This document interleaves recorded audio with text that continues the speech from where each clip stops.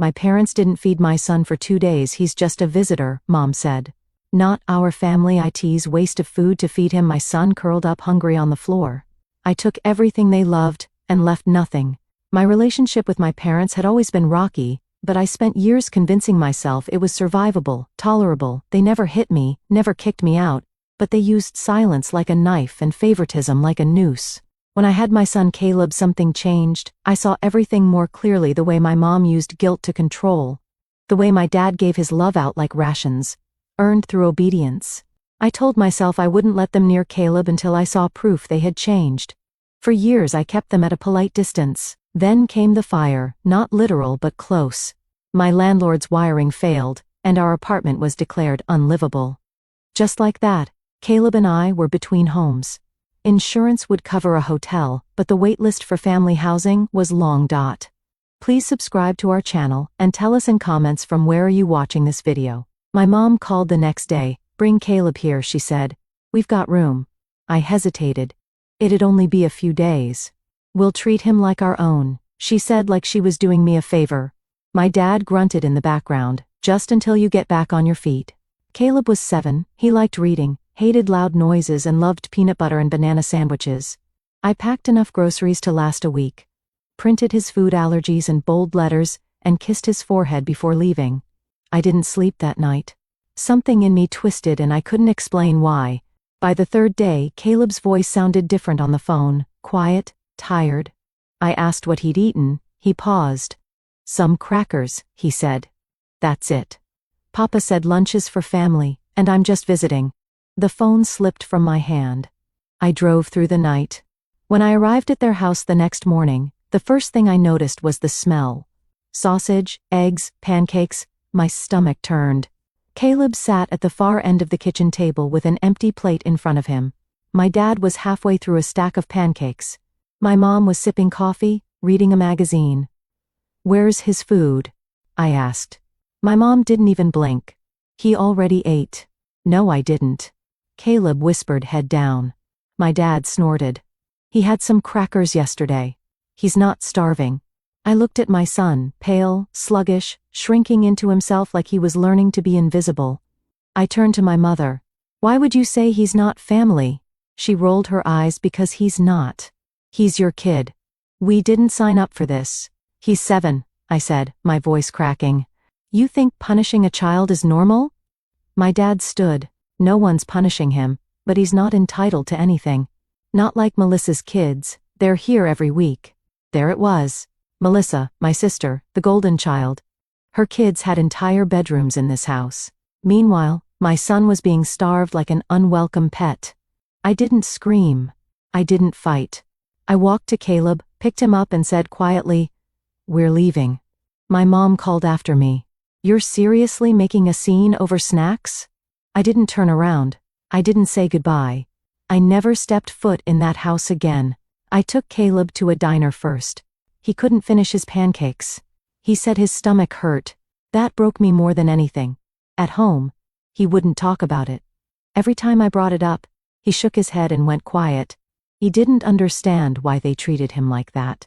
And how could I explain that some people only love the image of family, not the reality? That night, I sat alone at the table and made a list. Things they love. Melissa's attention, their social reputation, their antique collection, my silence. That last one, my silence. That's what gave them power. And I was about to starve them of it.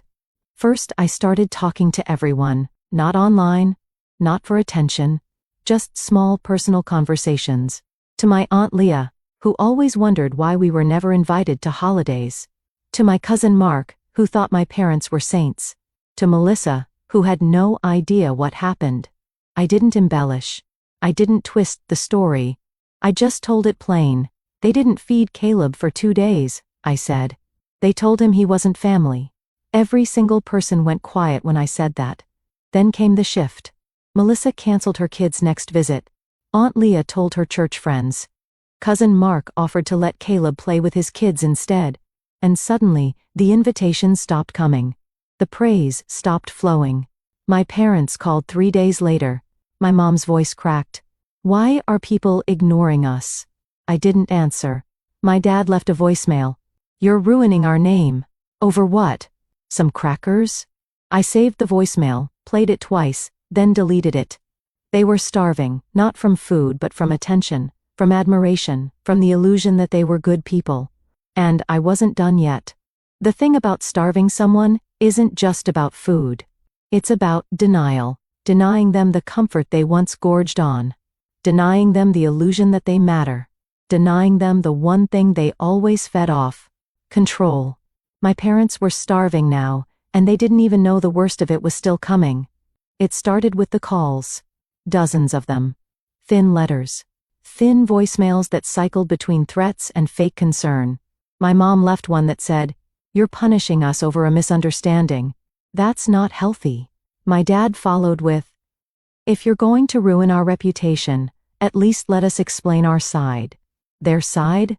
They told a 7-year-old child he wasn't family, and then didn't feed him for 2 days. There is no side. Still, they tried to paint me as hysterical, sensitive, a troublemaker, the same labels they used on me growing up. But it wasn't working this time. People weren't buying it anymore. Not after I told the truth, calmly and plainly, to the exact people whose approval they craved. I could have stopped there. But then I remembered something small, almost forgettable. When I was 15, my mom made me skip my best friend's birthday party to help her polish her teacup collection, before her club guests came over. She said, "Image is everything. If we don't look put together, we're nothing." So I started with that. Image. I waited until their annual community fundraiser, the one they hosted every year in their backyard, a charity barbecue for local firefighters, with all the neighbors and attendants. My dad was always front and center, flipping burgers, taking photos like he was the mayor of suburbia. My mom floated around with pictures of lemonade and compliments.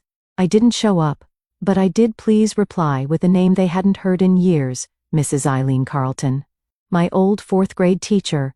Sweet, forgetful, social media active. She never liked my parents much. Once told me in confidence, "You're a thoughtful girl, even if your parents seem more concerned with a show than soul." I called her a week before the event, and told her everything. Not with anger, not with blame, just the truth. They didn't feed Caleb for 2 days, told him he wasn't family. Mrs. Carlton's voice broke. "What kind of people?" "The kind who throw charity barbecues while starving a child in their house." She showed up to the event wearing a t-shirt that said, "Family feeds even when it's hard." When my mom greeted her, she said loudly, "So sorry I didn't bring my grandson."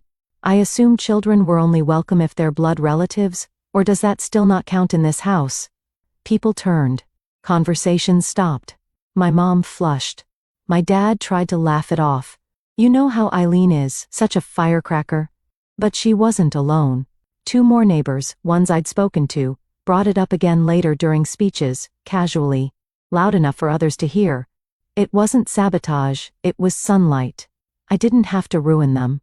I'd just opened the blinds. They tried damage control.